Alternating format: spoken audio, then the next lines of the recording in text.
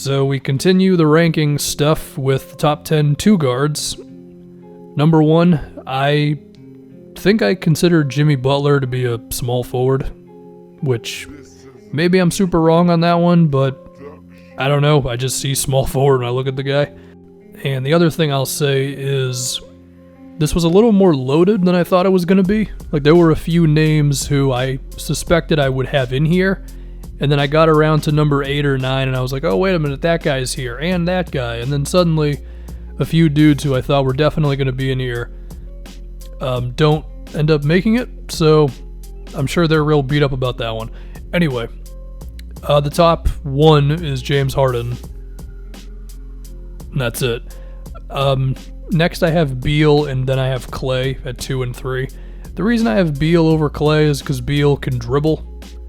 As for Clay at number 3, I mean, the injury could be the thing that you knock him down with, and that's something that comes up with Oladipo, which I think is interesting. But the difference between Clay and Oladipo's health stuff is, I know I'm jumping the gun here because Oladipo's not for a little bit, but the reason I have Clay at number 3, even with his health thing, and I have Oladipo lower, is because we've really only gotten one really good season out of Oladipo, and to be honest, I'm a little fearful of if we're going to see him at that level again, because now it's going to be 2 years in a row of health problems, and it's a quad injury, which is, you know, one of those just weird ones. So yeah, whereas with Clay, I mean, yeah, it's a torn ACL, but the thing with torn ACLs is, like, you can, you know, you take the time off, you come back, and you're pretty much the same dude. An example of this is like Zach LaVine, right? Tore his ACL, and he's just had his best season. I feel like that's kind of where it's going to be with Clay. So he's number 3. So at number 4 and number 5, I've got Devin Booker and Donovan Mitchell. Went back and forth on these two. Initially actually had Mitchell over Booker, but I just feel like Devin Booker is better.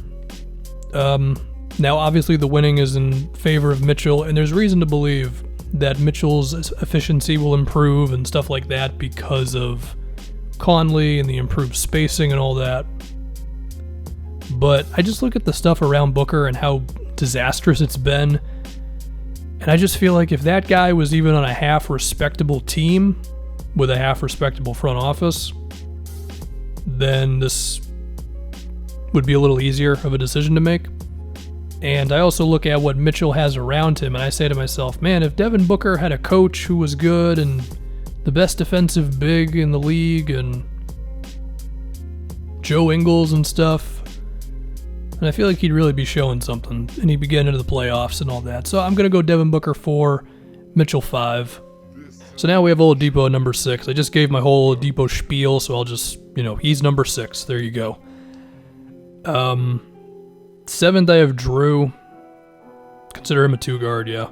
I've seen some people suggest that Drew Holiday is actually better than, like, Devin Booker, and I guess by the logic I applied on Oladipo, I should probably put Drew ahead of Oladipo, and, I don't know, consider it a tie or something, I don't know. Safe to say Drew is the best defender here, although a healthy Oladipo was really, really good defensively, and, Clay is awesome as well. But, what did Drew average last year? Like 21-8 and being an awesome defender with solid efficiency. I think his true shooting was like 56%. So, there's a chance I'm putting Drew too low. I think that's that could be a fair thing to say. But again, like I went down the shooting guard list and it was suddenly like, oh, wait a minute, this is, it's a better list than I thought it was going to be.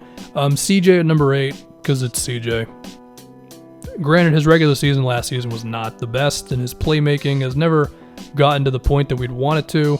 But, I mean, look, he went from being underwhelming defensively to being good enough, I guess. And the spacing, the shot making, and how good he was against Denver, I think that counts, man. Now, of course, he was not good against the Warriors, but, I mean, what are we going to do? We're just going to keep moving the goalposts back. The guy was really good up until his team was severely overmatched. So, at number 9, we have potentially the most boring player in the NBA, Demar Derozan. He continues to be DeMar DeRozan. That's all I got for you. And then number 10, we have Buddy Hield. So obvious admissions would be like Zach LaVine. He was one of the guys where I definitely thought I was going to have him up here. And, you know, could you argue that he's better than, like, DeRozan? Yeah. But, I don't know. I guess I'm rewarding DeRozan for consistently being on good teams and being a reason why those teams are good, you know? In the case of Buddy Hield, he had an exciting season, just like LaVine did. But Western Conference and how much better the Kings were than we all thought they were going to be, I just felt like it. I really wanted to put Lou Williams in here, but I just didn't have the guts to put him in over somebody like a Buddy Hield. And I do want to go to Zach LaVine again, because this is just something I've thought of before. Like, you look at Devin Booker and his stats and how good the Suns have been, and at least for LaVine's last season, statistically speaking, he was kind of in line with what Devin Booker has done. So you would say, well, why wouldn't LaVine comfortably be in here the way Devin Booker is? Number one, Devin Booker's done it for a few years. Number two, I don't know. I just think Devin Booker's better, and I feel safer predicting that Devin Booker is going to end up at somewhere in the NBA hierarchy, whether that's top 20. Some would say he's already in there. Whereas with LaVine, I don't know, just prove it for another season. I think another thing with Booker, too, is that he's managed to, like, get better every season, you know? Like, his playmaking has gotten better, his efficiency has improved. Like, the dude got up to over 58% true shooting this previous season, so, yeah. I think that'll do it for the two guards.